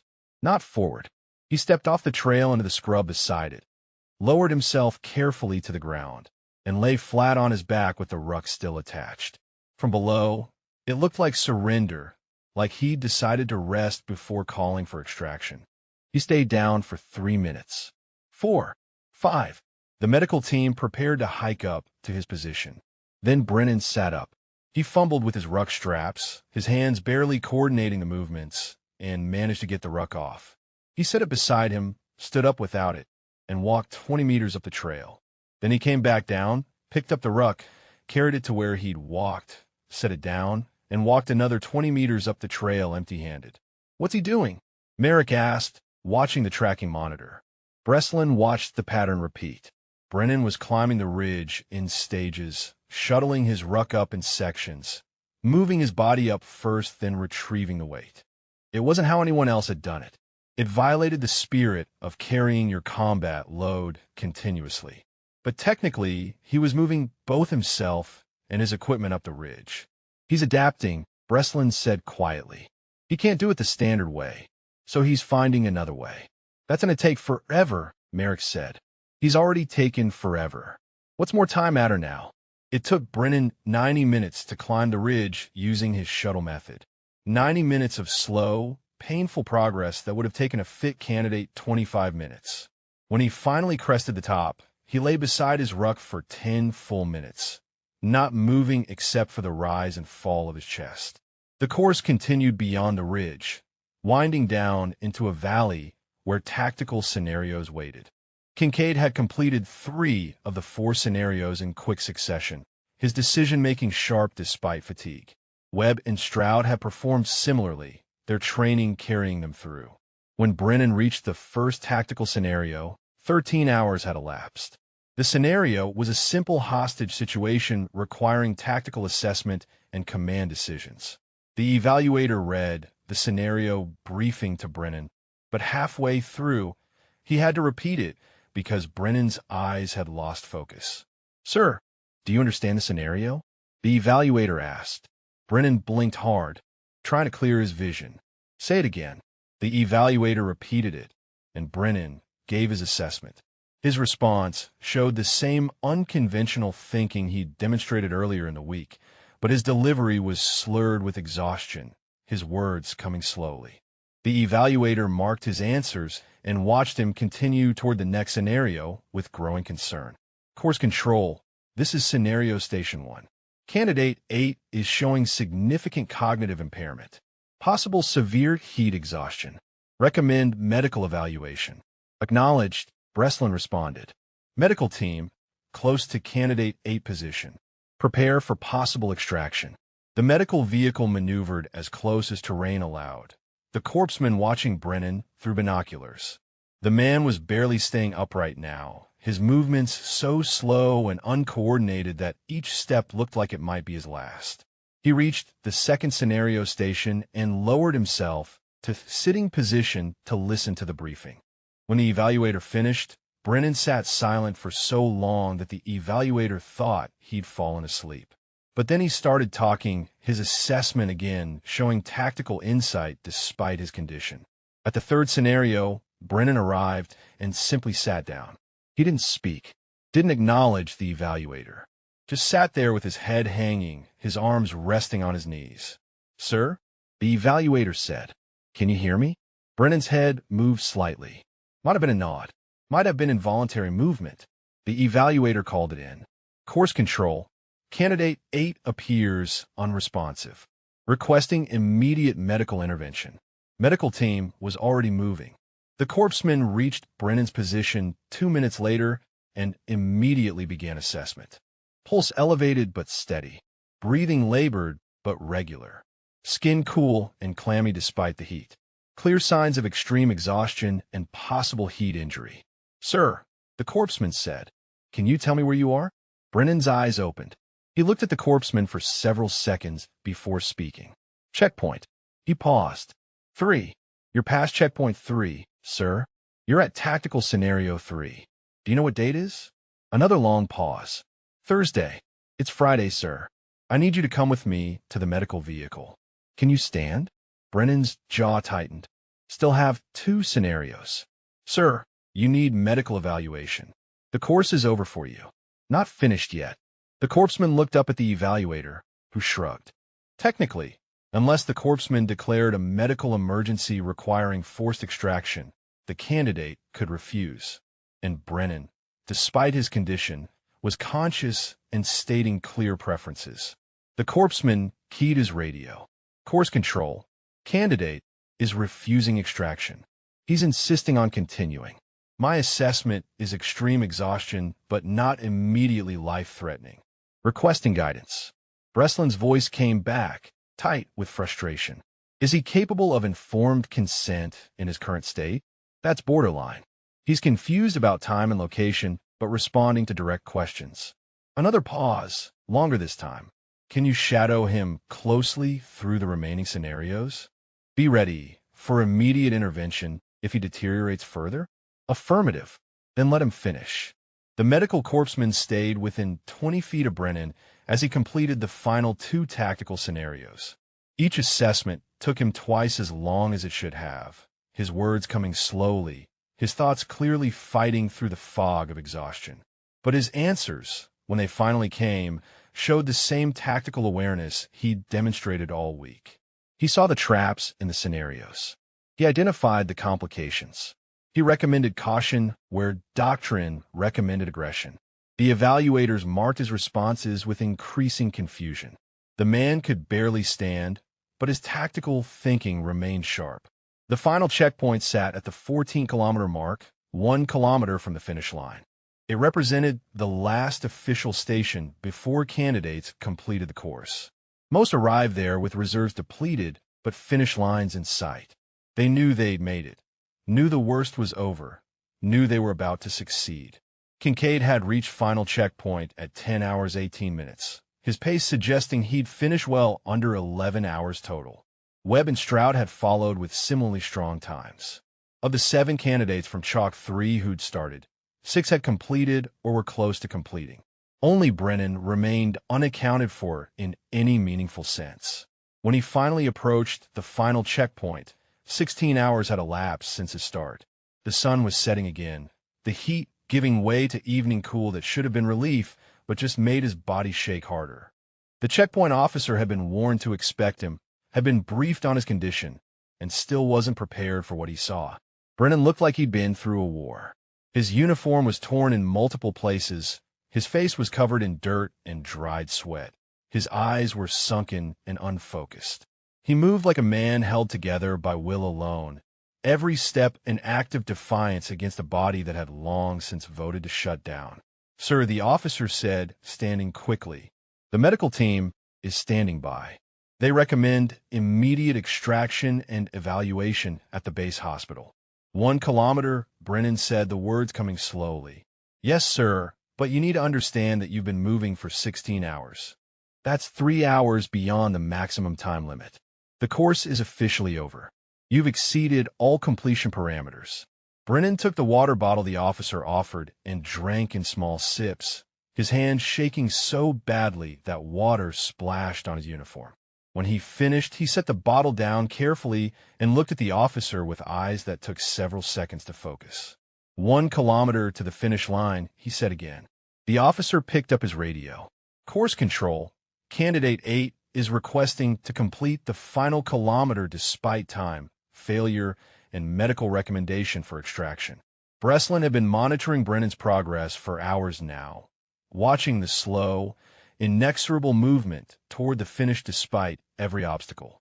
He stood in the command post looking at the tracking screen where Brennan's marker sat at final checkpoint, while all other candidates had long since finished and returned to base. "Medical status?" Breslin asked over the radio. The corpsman's voice came through. Severe exhaustion. Likely dehydrated despite forced water intake. Possible heat injury, though symptoms are complex. Motor control significantly impaired. Cognitive function borderline. But vitals are holding. I wouldn't recommend continuation, but I can't declare a medical emergency that requires forced extraction. Merrick stood beside Breslin, and he said quietly, "Why is he doing this? He's already failed. He knows he's failed. What's the point of destroying himself to walk 1 more kilometer?" Breslin didn't answer immediately. He watched the screen where Brennan's marker hadn't moved in 5 minutes. Finally, he keyed the radio. "Tell him," Breslin said, his voice carrying something that might have been respect or might have been resignation. "Tell him he can finish if medical stays with him. But if he goes down, we extract immediately. No arguments." The officer relayed this to Brennan, who simply nodded and adjusted his ruck. The motion nearly toppled him, and the corpsman moved forward instinctively, hands ready to catch him. But Brennan caught himself on his trekking poles and started forward. The final kilometer was relatively flat terrain, a mercy for anyone who'd already completed 14 kilometers of hills and ridges. Under normal circumstances, a fit soldier could cover it in 12 minutes at a walking pace. Brennan took the first 100 meters in 8 minutes. His pace had slowed to something that couldn't really be called walking anymore. Each step was its own struggle, his left leg barely functioning, his right taking double duty trying to drag the left along.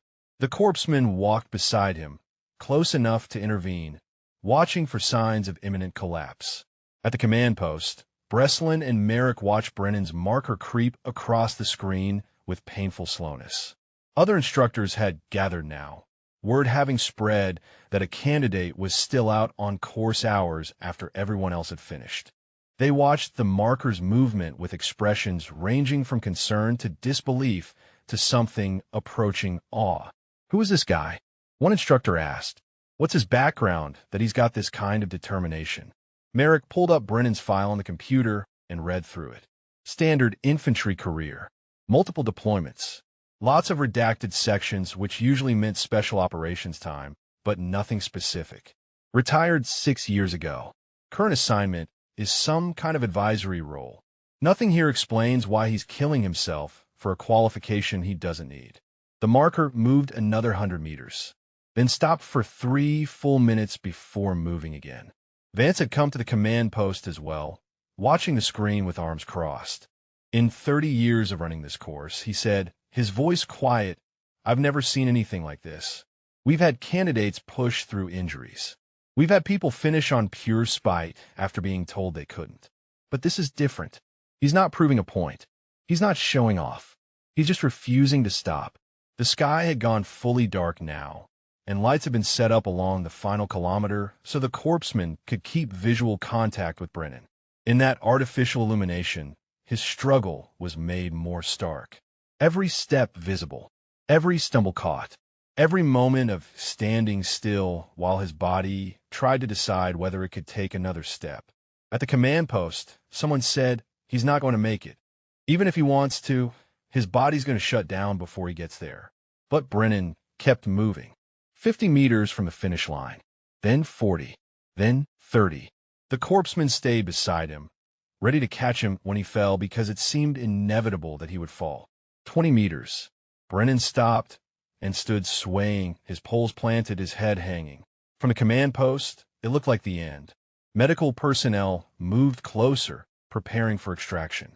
But then Brennan lifted his head. He looked forward at the finish line, visible in the lights, marked with the same simple banner that marked every course completion. He took a step, then another. His pace didn't increase, but the steps came with more regularity now, like he'd found something in reserve, some final store of will that had been waiting for this moment. 10 meters from the finish line, he stopped again. This time he reached up and unclipped his ruck, letting it fall to the ground beside him. The corpsman moved forward, but Brennan waved him off with a gesture that was barely controlled. He stood there without the ruck weight, his body straightening slightly, his breathing still labored, but something in his posture changing. 5 meters from the finish, Captain Breslin was walking up the road from the command post. He'd left the monitoring station and come to see the end of this personally, unable to watch it on a screen. Other instructors had followed, a small group gathering near the finish line, watching this candidate approach with a mixture of emotions none of them could fully articulate. Brennan took the final steps with his head up, his eyes focused on the finish banner, his entire being concentrated on reaching it. When he crossed under the banner, 17 hours and 43 minutes after starting, he stopped. He stood there for a moment, perfectly still, as if confirming to himself that he'd actually made it. Then his legs gave out and he collapsed. The corpsman was there instantly, rolling him onto his back, checking vitals, calling for the medical vehicle. Breslin dropped to his knees beside them, his usual command presence replaced with genuine concern. "Sir, can you hear me? You need to stay with us." Brennan's eyes opened, unfocused but conscious. His lips moved, try to form words. "Don't try to talk," the corpsman said, checking his pulse. "We're getting you to medical. You're going to be okay." But Brennan kept trying to speak, the words finally coming out barely above a whisper. "Did I finish?" Breslin looked at him for a long moment. "Yes," he said quietly. "You finished." Brennan's eyes closed, and his body went limp as consciousness left him. The medical team lifted him onto a stretcher and rushed him toward the waiting vehicle, while Breslin stood and watched them go. Merrick had arrived and stood beside him. "What did we just witness?" Breslin shook his head slowly. "I have no idea, but whatever it was, I've never seen it before." The medical vehicle's lights disappeared into the darkness, heading toward the base hospital, while at the finish line, the instructors who'd gathered stood in silence, none of them quite able to process what they just watched or what it meant. Brennan woke in the base hospital 12 hours after crossing the finish line. The room was dark except for monitor lights, and 4 lines ran into his arm, delivering fluids his body desperately needed. A nurse noticed him stirring and came to check his vitals. "Welcome back," she said quietly. "You gave everyone quite a scare. How are you feeling?" "Like I got hit by a truck," Brennan said, his voice rough. "That's about right. Severe dehydration, heat exhaustion, muscle damage consistent with extreme exertion. The doctor will be in shortly to discuss your condition, but you're stable now. That's what matters." She adjusted his fore and left him alone with his thoughts. Through the window, he could see dawn breaking over the base, which meant he'd lost most of a day to unconsciousness and medical care. He tried to move and discovered that every muscle in his body had opinions about that decision, none of them positive. An hour later, Captain Breslin appeared in the doorway. He stood there for a moment, as if uncertain whether to enter, then stepped inside when Brennan looked up. "Sir," Breslin said, pulling a chair close to the bed, "I wanted to check on your condition and discuss the course results." "I failed," Brennan said. "I know the time limits. I know the minimum standards. I failed every metric that matters." Breslin set a folder on the bedside table. "That's technically correct. You exceeded time limits on multiple evolutions. Your performance scores were below minimums in several categories. By every objective standard, you did not successfully complete the Advanced Combat Qualification course." He paused, and something in his expression suggested there was more coming. However, Breslin continued, "I've spent the past 12 hours reviewing your performance with the other evaluators, and I need to tell you something. We've been running this course for 8 years. We've seen hundreds of candidates. We've seen people succeed brilliantly and fail spectacularly. But we've never seen what you did." "What did I do?" Brennan asked. Breslin leaned forward slightly. "You showed us that we've been measuring the wrong things. Every candidate who completed the course did so by being young, fit, and technically proficient. They succeeded because they had the physical tools and the modern training. You didn't have those advantages, so you found different ways. You adapted tactics we didn't teach. You saw problems we didn't know existed. And you demonstrated a level of determination that frankly made some of us reconsider what we think we know about capability." "That doesn't change the fact that I failed your standards," Brennan said. "No," Breslin agreed. "It doesn't. But it does raise questions about whether our standards are measuring what they should measure. Are we qualifying people for combat effectiveness, or are we qualifying them for performing well in training environments?" He opened the folder and pulled out several sheets of paper. "After you collapsed, We did something we've never done before. We pulled your full service record, the unredacted version, and we learned some things that explain what we witnessed. Brennan's expression didn't change, but something in his eyes suggested he knew what was coming. You weren't just infantry, Breslin said quietly. You were 1st Special Forces Operational Detachment, Delta, 15 years in the unit. 4 of those years running the selection course. The same course where candidates do essentially what you did, push themselves past breaking points to prove they have what it takes. That was a long time ago, Brennan said. Not as long as you think. You retired 6 years ago, but the habits don't retire with you, do they? The way you assess threats, the way you see complications in scenarios, the way you refuse to quit no matter what your body tells you. Those are unit habits, Delta selection habits. Breslin set the papers down. What we couldn't understand was why you struggled so much with basic skills. Your shooting was marginal. Your physical performance was barely adequate. Your equipment handling looked amateur. But that's because we were watching you operate with 6 to 3-year-old equipment, a body that's been through 15 years of the hardest service in the military, and probably injuries you've never fully disclosed. I disclosed everything required on the medical forms, Brennan said. I'm sure you did. Just like every operator discloses exactly the minimum required and nothing that might disqualify them from what they want to do. Breslin's tone wasn't accusatory, just knowing. But here's what matters. You came to this course not to prove you could pass it. You came because you needed to know if you still had what it takes. If the core of what made you an operator was still there under all the years and injuries and limitations. Brennan was quiet for a long moment. And what did you conclude? Breslin stood and walked to the window, looking out at the range complex visible in the distance. We concluded that we watched one of the most capable tactical minds we've ever evaluated, trapped in a body that can't execute what his mind still knows how to do. We watched someone demonstrate that there's a difference between physical capability and tactical capability, and we've been conflating the two. He turned back to Brennan. You didn't pass our course. You can't pass our course, not in your current physical condition. But you taught us more about what matters in combat than most candidates who did pass. You showed us that modern doctrine has blind spots. You identified flaws in our scenarios that we designed. And you demonstrated the kind of determination that can't be taught or trained, only earned through years of doing the hardest things in the worst places. So what happens now? Brennan asked. Now you recover, Breslin said. Doctor says you'll be here another day or two. After that, you'll need a few weeks of rest to let your body repair itself.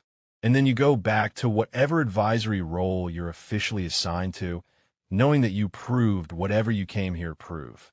He picked up the folder and prepared to leave, then paused at the door. One more thing. Last night, after you were evacuated, the candidates from your chalk gathered at the finish line. They heard what happened. Kincaid, Webb, Stroud, all of them. They wanted to know who you were. So I told them, and their reactions were interesting. What did they say? Brennan asked. Nothing at first. They just stood there processing it. Then Kincaid said, and I quote, "That explains everything and nothing at the same time." Because they'd spent a week watching you fail by every standard they understood. And now they had to reconcile that with learning you were someone whose standards they could never meet. Breslin opened the door. Get some rest, sir. You've earned it more than anyone I've ever evaluated. He left, and Brennan lay in hospital bed, watching morning light spread across the room. His body hurt everywhere, a comprehensive catalog of pain that would take weeks to fade. But underneath the pain was something else. Not satisfaction exactly, because he had failed the course by every objective measure. Not pride, because there was nothing particularly admirable about destroying a 6 to 3-year-old body to prove a point. But there was peace, the kind that came from answering a question that had been nagging at him for 6 years. The question of whether retirement meant the end of who he'd been or just the end of one way of expressing it. Through the window, he could see the range where he'd struggled with shooting that should have been simple. The obstacle course where he'd failed time standards. The ridge where he'd used shuttle tactics no one else needed. And the finish line he'd crossed before his body finally gave permission to stop. He'd failed every evolution by the standards that mattered to the course. But he'd succeeded at the one thing he'd actually come to prove. That the core of what had made him an operator, the part that couldn't be measured by time limits or hit percentages or obstacle course times, was still there. Damage, yes. Limited by age and injury, absolutely. But still there.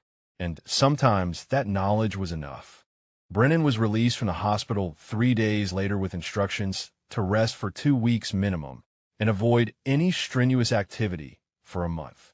His body had paid a price that would take time to recover from, if it ever fully did. He walked with a more pronounced limp now, his left knee having sustained damage that the doctors said might require surgery eventually. The morning he left the hospital, he found Captain Breslin waiting in the lobby with a folder under his arm. Brennan stopped, surprised to see him. "Sir," Breslin said, standing, "I wanted to catch you before you left. There are some things that need to be said, and I wanted to say them properly." They walked outside where the morning heat was already building. Breslin gestured toward a bench in the shade, and they sat down, Brennan moving carefully to protect his damaged knee. "First," Breslin said, opening the folder, "your official course evaluation." He handed Brennan a document marked with red stamps indicating failure across multiple categories. "By every metric we measure, you did not successfully complete the Advanced Combat Qualification course. This will be entered into your record as a training evolution attempted but not completed." Brennan took the document and read through it without expression. He'd expected nothing different. However, Breslin continued, "I've also prepared something else." He handed Brennan a second document, this one on official letterhead, but formatted differently. "This is an evaluator's assessment that will be submitted to your command. It details your performance in terms that don't fit standard metrics. Your tactical assessments, your problem-solving approaches, your demonstration of attributes that we don't typically measure, but perhaps should." Brennan read through it slowly. The language was careful but clear. It didn't hide his failures, but it contextualized them in ways that told a different story than the raw numbers suggested. "Why are you doing this?" Brennan asked. "Because," Breslin said, "in the 3 days since you collapsed at that finish line, I've had conversations with every instructor involved in this course. And we've had to confront some uncomfortable truths about what we're actually teaching and evaluating. You showed us gaps in our doctrine. You identified weaknesses in our scenarios. And you demonstrated that experience and tactical judgment can't be replaced by youth and physical capability." He paused, choosing his words carefully. "More than that, you reminded us why we do this work. It's not about creating candidates who look good on paper or post impressive times. It's about preparing people for the reality of combat, where nothing goes according to plan and adaptation matters more than perfection. You may have failed our standards, but you embodied principles we should be teaching." Movement caught Brennan's attention, and he looked up to see several figures approaching across the compound. The candidates from Chalk 3, led by Kincaid, were walking toward them. They moved with the easy confidence of people who'd passed the course, their qualification complete, their success official. But something in their approach suggested this wasn't a chance encounter. Kincaid reached the bench first, and he stopped a respectful distance away. His usual aggressive confidence was tempered now, replaced with something more complex. "Sir," he said, addressing Brennan directly, "we heard you were being released today. We wanted to talk to you before you left." Brennan nodded slowly, uncertain where this was going. Webb stepped forward next. "We spent the past few days talking about what happened, about what we watched you do, and trying to understand what it meant." Stroud was next.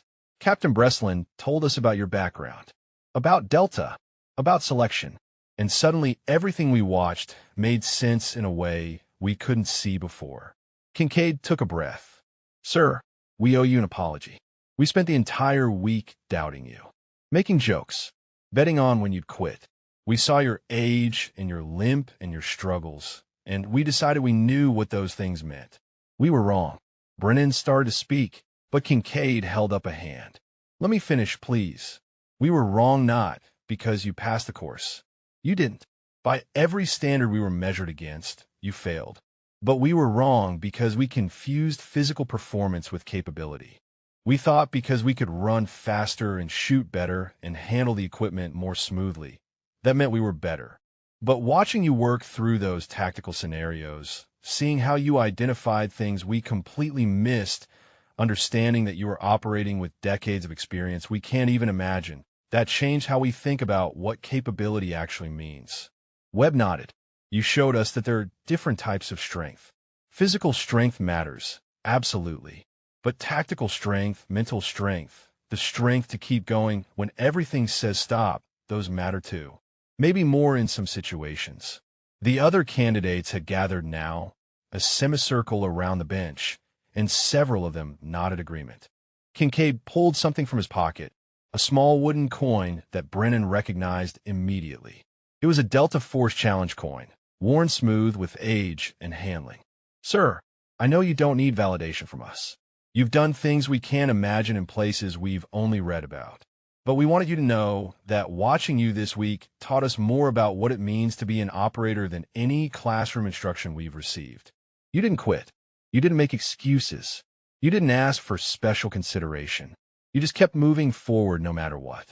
That's the example we needed to see. He held out the coin, and Brennan took it slowly. He turned it over in his hands, seeing the worn insignia, feeling the weight of what it represented. Where did you get this? Brennan asked quietly. My father, Kincaid said. He was unit. Retired 10 years ago. When I told him what happened here, what we'd witnessed, he said you reminded him of the old breed. The guys who built that organization into what it became. He wanted you to have his coin. Said you'd understand what it means. Brennan looked up at Kincaid, at Webb, at Stroud, at the circle of young faces watching him with expressions that mixed respect and something like awe. These were good soldiers, well-trained, capable, the future of their profession. And they were looking at him like he'd taught them something valuable, despite failing every test they'd passed. Thank you, Brennan said, his voice rough with emotion he hadn't expected to feel.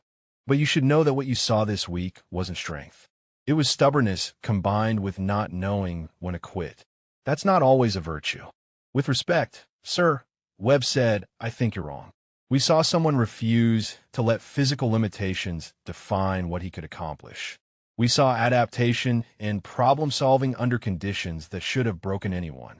And we saw determination that didn't depend on recognition or official success. Those are virtues, sir. Those are the things that matter when everything else fails. The group stood in silence for a moment, the weight of the conversation settling over them. Then Breslin stood, and the spell broke slightly. Gentlemen, you have afternoon training. Brennan needs to get to his transport. The candidates nodded, several offering final salutes or words of respect before heading back toward the training areas. Kincaid lingered a moment longer. Sir, one more thing. I've got maybe 10 years before I'm your age, if I'm lucky. When I get there, I hope I've got half the heart you showed this week. That's the goal now. He saluted and jogged to catch up with the others, leaving Brennan and Breslin alone again. Those are good soldiers, Brennan said, watching them go. They are, Breslin agreed, and they're better for having met you. Even if you did fail every evolution. Brennan smiled slightly at that, the first real smile since arriving at the course. Maybe especially because I failed every evolution. Success would have just reinforced what they already believed. Failure forced them to think about what really matters. Breslin checked his watch. Your transport should be here shortly. Can I ask what you'll do now? Will you request another course attempt? No, Brennan said, standing slowly and testing his injured knee. I got what I came for. I needed to know if the core was still there underneath all the years and damage. And I found out it is. Limited, yes. Not what it was, absolutely. But still there. That's enough. A vehicle pulled up, and Brennan gathered his gear with careful movements that protected his injuries. He shook Breslin's hand, a firm grip that spoke of mutual respect earned through honest evaluation. One last thing, Breslin said. That assessment, I wrote about your performance. I sent a copy to your command, as I said. But I also sent a copy to Delta's selection cadre. They should know that one of their old guards showed the next generation what the standards really mean, even if he couldn't meet the physical benchmarks anymore. Brennan nodded his thanks, climbed into the vehicle, and was driven away from the range complex where he'd spent a week failing forward toward a finish line that didn't really matter except that it did. If this story resonated with you, drop a comment about your favorite moment, Or tell us about a time when someone proved that determination and experience can transcend physical limitations. Maybe you've witnessed that kind of heart in someone you served with, or maybe you've had to dig that deep yourself. Behind him, the course remained, ready for the next group of candidates who would attempt it with youth and strength and modern training. Some would pass, some would fail. All would be measured by standards that were important but incomplete. And somewhere in the evaluation files, there would be a record of the candidate who failed every metric but taught the instructors more than they taught him. The 6-3-year-old operator who reminded everyone that some capabilities can't be measured by stopwatches and scorecards, only by the willingness to keep moving forward when every reason says stop. That was the real standard, the one that mattered most. And by that measure, Cole Brennan had passed with distinction.